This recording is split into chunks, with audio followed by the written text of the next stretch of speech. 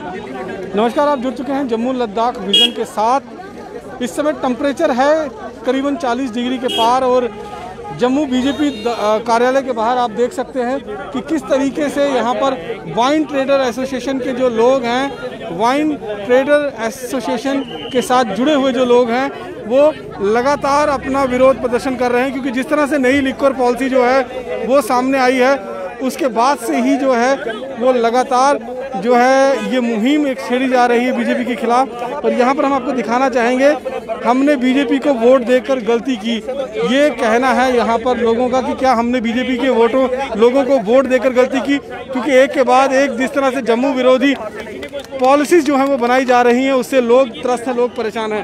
Sir, आपसे जानना चाहेंगे, आप लोग वाइन एसोसिएशन के साथ जुड़े हुए लोग हैं, क्या कुछ कहना है आप लोगों की? बीजेपी के जो यहाँ पर पदाधिकारी हैं उनसे बातचीत भी हुई थी, उसके बाद आज आप लोग फिर प्रोटेस्ट करने को लेकर विवश हैं। आपके माध्यम से तो मैं यही कहना चाहता हूँ कि आप भी कितनी देर से हमारे साथ हैं। उन्होंने तो सिर्फ हमें आश्वासन दिए हैं, आश्वासन के सिवाय उन्होंने कुछ नहीं दिया हमें। वो आश्वासन पे आश्वासन देते जा रहे हैं, आश्वासन पे आश्वासन देते जा रहे हैं। हम एलजी साहब को, फाइनेंशियल कमिश्नर अरुण कुमार मेहता को, एक्साइज कमिश्नर राहुल शर्मा को हम कहते हैं कि आप आज एक हमारे साथ लाइव डिबेट कीजिए अपनी पॉलिसी के बारे में।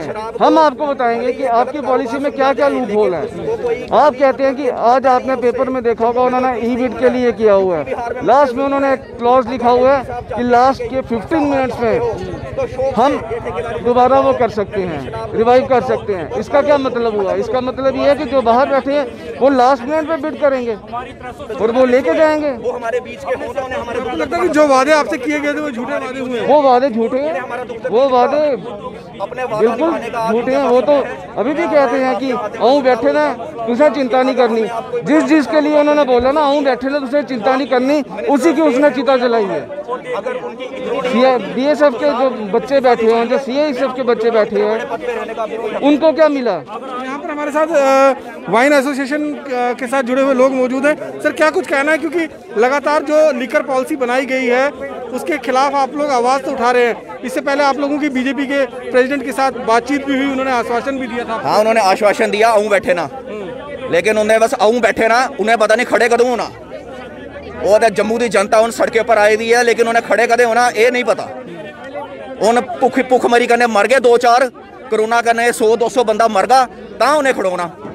तो बस ये गल है सर कि पॉलिसी जम्मू विरोधी है। ठेकेदारी सिस्टम इंट्रोड्यूस करने का ये पूरा प्लान है। तो तुम आपे जानते हो सर, जम्मू की भोली भाली जनता मतलब कि किधर स्टैंड कर दी है ठेकेदारी सिस्टम च। पंजाब के बड़े बड़े ठेकेदार जोड़े करोड़ों रुपया जेबे च लेके फिरते हैं, उनके सामने साड़ी क्या औकात है ये सारा तुसें पता सर। तो पीएमओ जितेंद्र सिंह साड़ी आखिरी उम्मीद ने, तो हम उनको सीधा सीधा संदेश देते हैं आपके माध्यम से कि जनाब आपने हमसे एक वादा किया था कि इस पॉलिसी में संशोधन लाया जाएगा, हमें बचाया जाएगा, 223 लाइसेंसेस चलाए जाएंगे, जम्मू की जनता को, जम्मू के यूथ को, 30,000 फैमिलियों को बेघर नहीं किया जाएगा। कहाँ है आपका वादा?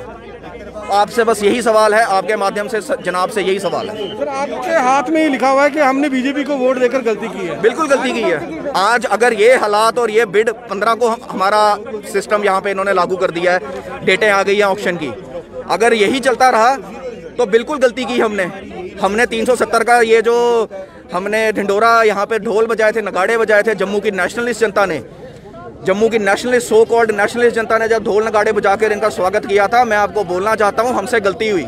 आज ओपन मीडिया के सामने हम बोल रहे हैं हमसे गलती हुई है कि बीजेपी को हमने वोट दिया है और अगली बार ये गलती दोबारा नहीं होगी।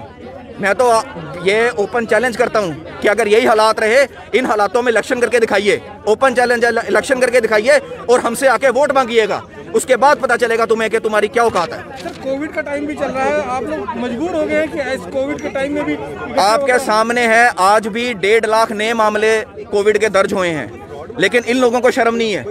ये लोग एक तरफ तो ट्वीट करके खुद बोलते हैं जनाब कि स्कूल कॉलेज बंद करो, लेकिन आज ये हमें बोल रहे हैं कि आओ 15 तारीख को आपकी बिडिंग शुरू हुआ है, आओ और बोलियां लगाओ।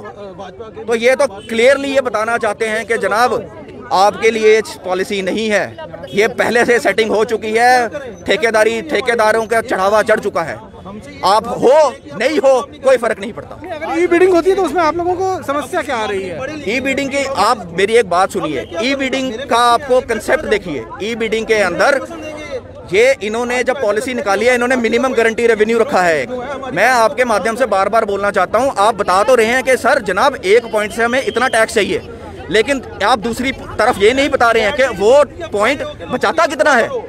लोगों को बेवकूफ बना रहे हो। लोगों को बताओ तो सही उस पॉइंट में प्रॉफिट कितना है। एक बिजनेसमैन क्या पूछता है? एक बिजनेसमैन पूछता है कि मैं कितना लगाऊंगा और मुझे कितना आएगा, इससे ज्यादा सवाल नहीं पूछता बिजनेसमैन। लेकिन अगर जिस चीज की कीमत 10 रुपया है, आप उसको बिडिंग के माध्यम से बोल रहे हैं कि उसको 20, उसकी बोली लगाओ 20 रुपया। अरे जब बचता ही 10 रुपया है तो 20 रुपया लगा के 10 रुपये जम्मू की जनता अपनी जेब से डालेगी। आप जम्मू की जनता को क्यों बेवकूफ बना रहे हैं? ये उन ठेकेदारों के लिए है जो ओवर बिडिंग करेगी और अपना बिड कैसे पूरा करेगी, नकली शराब बेचकर। ये हम आपको आज ओपनली बोल रहे हैं। जम्मू की मीडिया इस चीज को कुछ, अगर यही सिस्टम रहा, जम्मू की मीडिया इस चीज को कुछ महीनों में कवर करेगी कि नकली शराब से जम्मू में पहली बार मौत होगी। ये आपके माध्यम से हम आपको बताना चाहते हैं। आपको लगता है एक साजिश के तहत ये सारी चीजें हो रही ये साजिश है और क्या है? 30,000 बंदों को सिर्फ रेवेन्यू के नाम पे आप सड़क पे ले आए हैं। रेवेन्यू आपका कर्तव्य नहीं है कि आप एम्प्लॉयमेंट जनरेट कीजिए। 2014 के बाद जब आपको दिया था, आपने बोला था इतनी जॉब जनरेट करेंगे, जम्मू के लिए वादे किए थे। अरे कहाँ है जॉब? जिनकी जॉबें हैं उनको भी निकाल दिया आपने, जो रेवेन्यू दे रहे हैं उनको निकाल दिया। अगर 50 साल से बोलते हैं आप शराब की दुकान चला रहे हैं, अरे जनाब 50 साल से रेवेन्यू नहीं खा रहे आप क्या? 1400 करोड़, 1000 2,000 करोड़ आपको दिया है।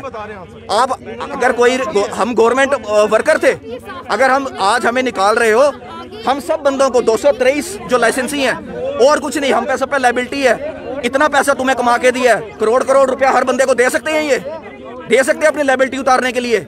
नहीं। आज निकाल देंगे, बैंक की कौन जिम्मेदारी लेगा? ये लेंगे? अगर ये हमें निकाल ही रहे हैं, हमारी लायबिलिटी हमसे पूछें, उतना हमें पैसा दे दीजिए कि हम अपनी लायबिलिटी निकाल सकें। उसके बाद भले ही तो साला आग लगाइए, खत्म करिए बात को। तो साफ तौर पर देख सकते हैं कि गुस्सा जो है वो लोगों का कहीं ना कहीं सातवें आसमान पर है। खासतौर पर वाइन ट्रेडर एसोसिएशन के जो लोग हैं, यहाँ पर आप देख सकते हैं कि पहली बार जो है वो महिलाएं भी जो हैं वो यहाँ पर देखने को मिल रही हैं।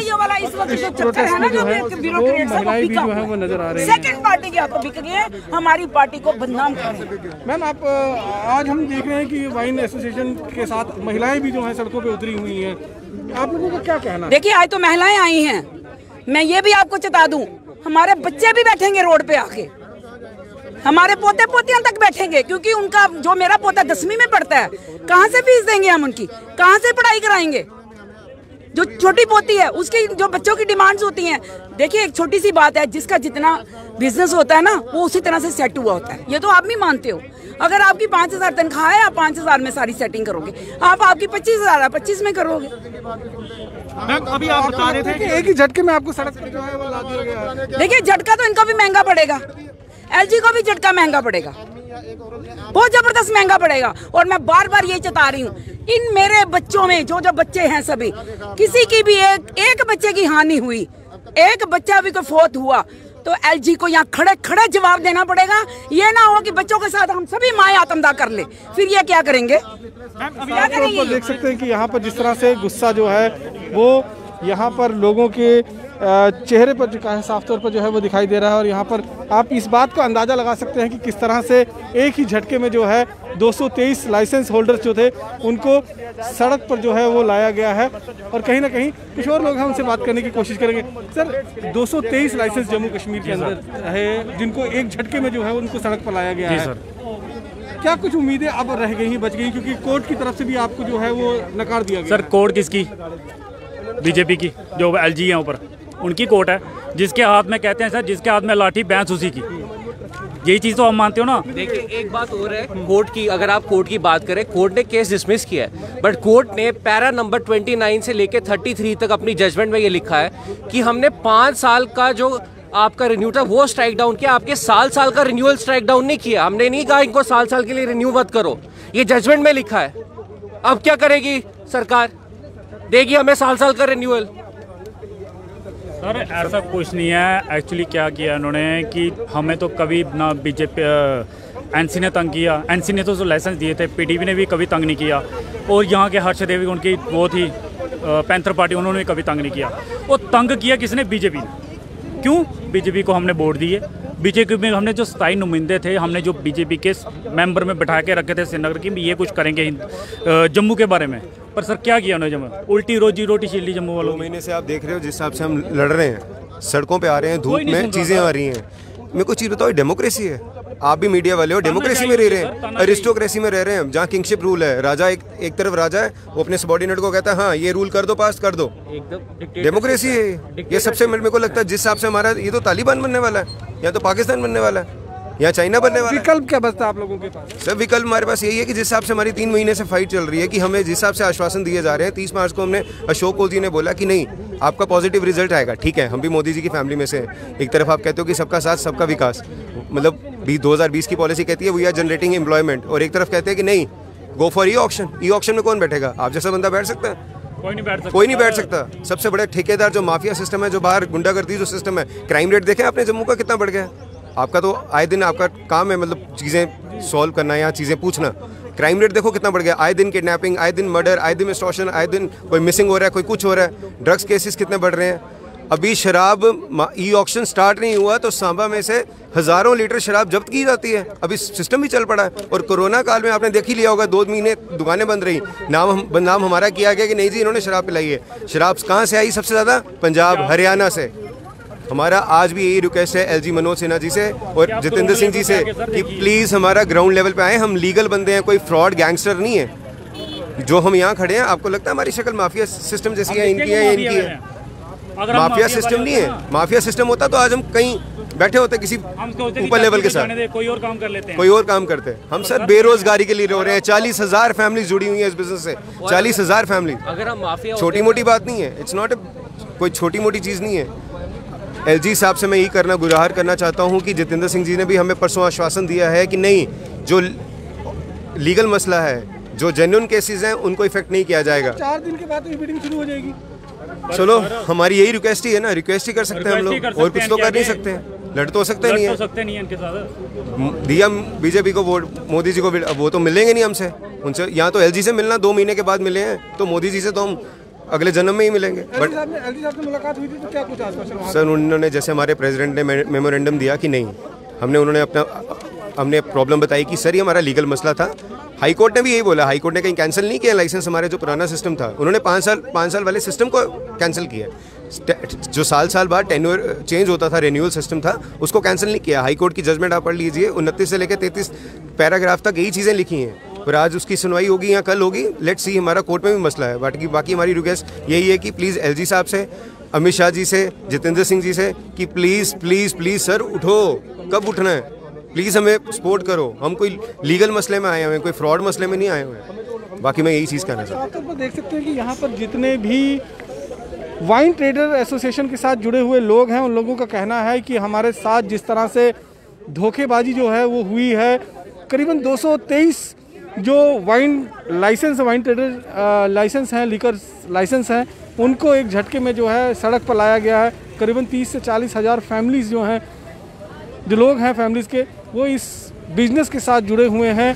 और अब एक साजिश के तहत इस पूरे बिज़नेस को, इस पूरे ट्रेड को जो है माफिया के हाथों में दिया जाने की तैयारी की जा रही है। 15 तारीख से ई बिडिंग का काम जो है वो शुरू हो जाएगा, लेकिन ये 4 दिन जो है इन लोगों को उम्मीद है कि निश्चित रूप में इन लोगों की कोई सुनवाई होगी, चाहे कोर्ट के माध्यम से हो, चाहे एलजी साहब के माध्यम से हो, या फिर पीएमओ या फिर होम मिनिस्ट्री के माध्यम से हो, लेकिन इन लोगों की सुनवाई ज़रूर होगी।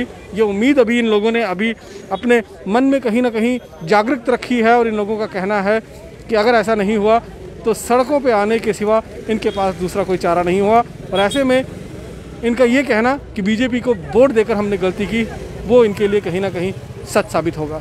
बाकी के अन्य खबरों के लिए जुड़े रहें जम्मू लद्दाख विजन के साथ। नमस्कार।